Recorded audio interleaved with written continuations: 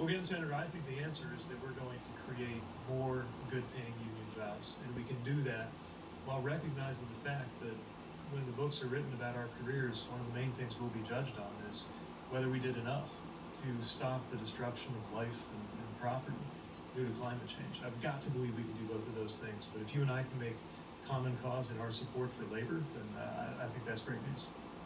All right, well, when it comes to addressing climate change, in the last year, the United States was the #1 nation on the face of the planet for reduction of carbon emissions.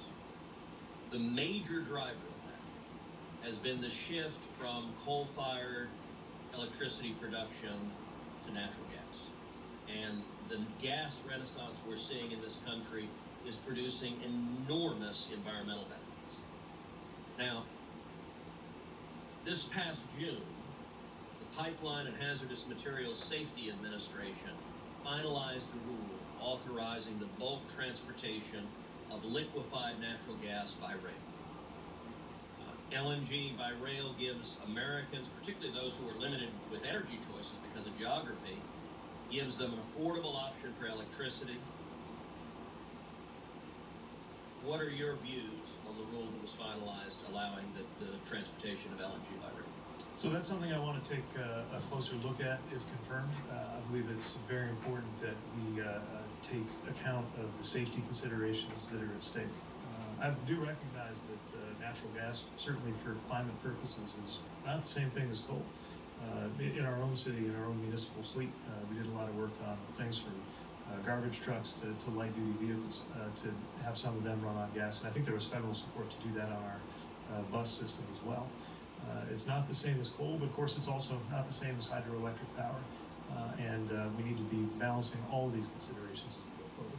So you're saying, if confirmed, you would consider repealing that rule and stopping the transportation of LNG by rail? The best honest answer I can give you now is that I'll be taking a hard look at it.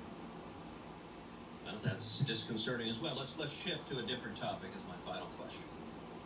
As you know, roughly 3/4 of DOT's budget is mandatory budget authority, derived from the Highway Trust Fund.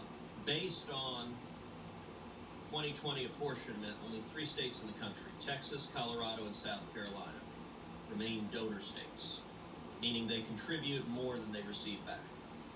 In the apportionment, the state of Texas contributed $212 million more to the Highway Trust Fund than the state's roads received.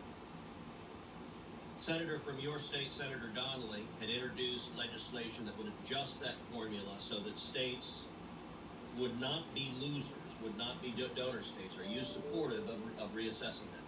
Well, I'll make sure to call Senator Donnelly as a good friend and learn more about that action, and we'll take a look at that as well if confirmed. Thank you. Thank you, Senator Cruz.